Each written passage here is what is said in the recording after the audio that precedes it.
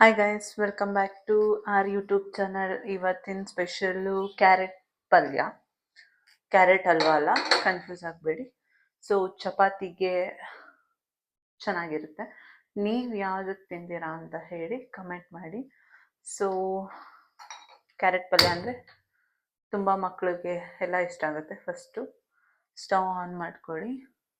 Then you have to put some oil.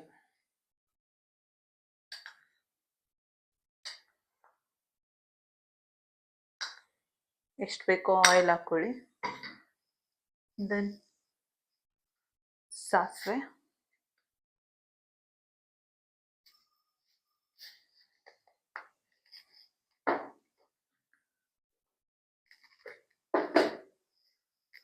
So ನಾನು ಚಿಕ್ಕವಳಿದ್ದಾಗ mummy ಬೈತಾಯಿದ್ರು ನನಗೆ, ಸಾಸಿವೆ ಸಿಡಿಯೋಕ್ಕೆ ಮುಂಚೆನೇ ಅಡುಗೆ ಮಾಡಿಬಿಡ್ತೀಯಾ, ಅದು ಚೆನ್ನಾಗಿ ಸಿಡಿಬೇಕು ಅಂತ.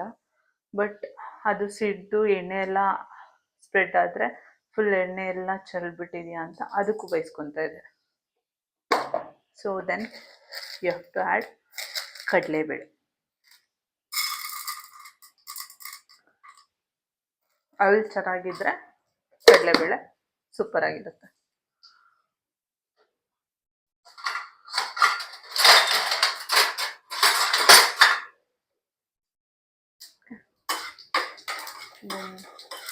ಇದು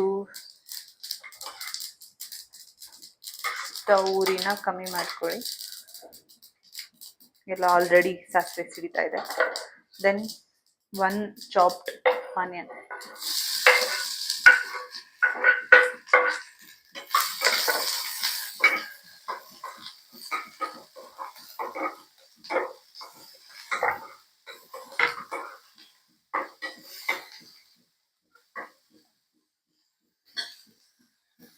ಆಮೇಲೆ 2 ಒಣಗಿದ ಮೆಣಸಿನ್ಕಾಯಿ.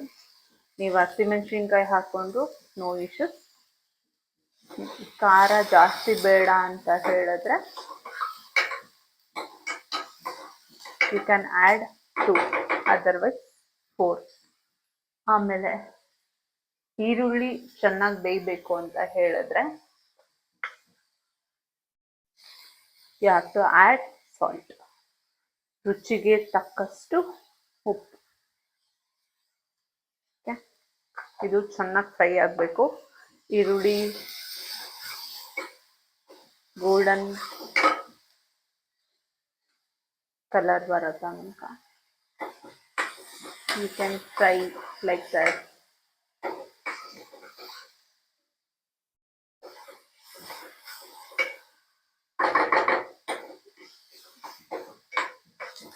ಸೊ ನೀವು ಕಡಿಮೆ ಉರಿಯಲ್ಲಿಟ್ಟು ಮಾಡಿದ್ರೆ ಚೆನ್ನಾಗಿರುತ್ತೆ, ಆವಾಗ ಸಿಯಲ್ಲ.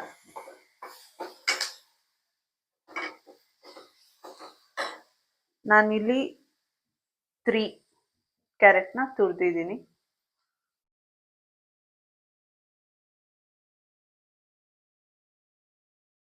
ಸೊ ಫ್ರೆಶ್ ಆಗಿರೋದು. Then you have to add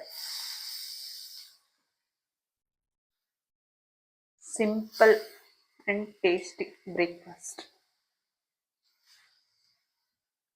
ಎಲ್ಲರಿಗೂ ಇಷ್ಟ ಆಗುತ್ತೆ. ಚಪಾತಿಗೆ ಸೂಪರ್ ಕಾಂಬಿನೇಷನ್.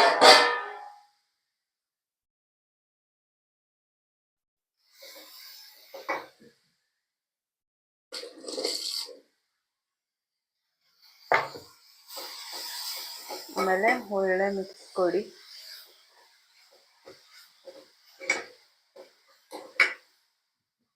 ನೀವು ಡಯಟ್ ಮಾಡ್ತಿದ್ರೆ ಎಣ್ಣೆ ಆದಷ್ಟು ಕಮ್ಮಿ ಮಾಡಿ.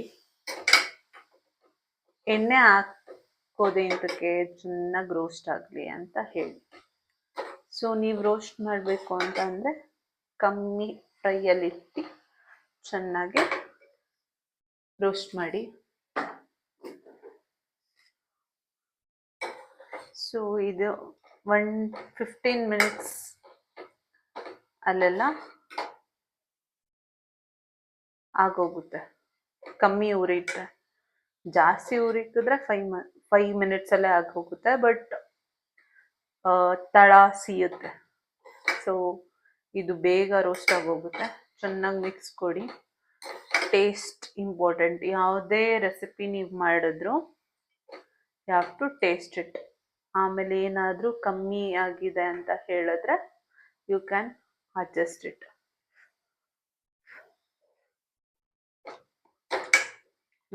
ಉಪ್ಪೆಲ್ಲ ಕರೆಕ್ಟಾಗಿದೆ, ಬೇಯಬೇಕು. Plate, you have to cover from plate.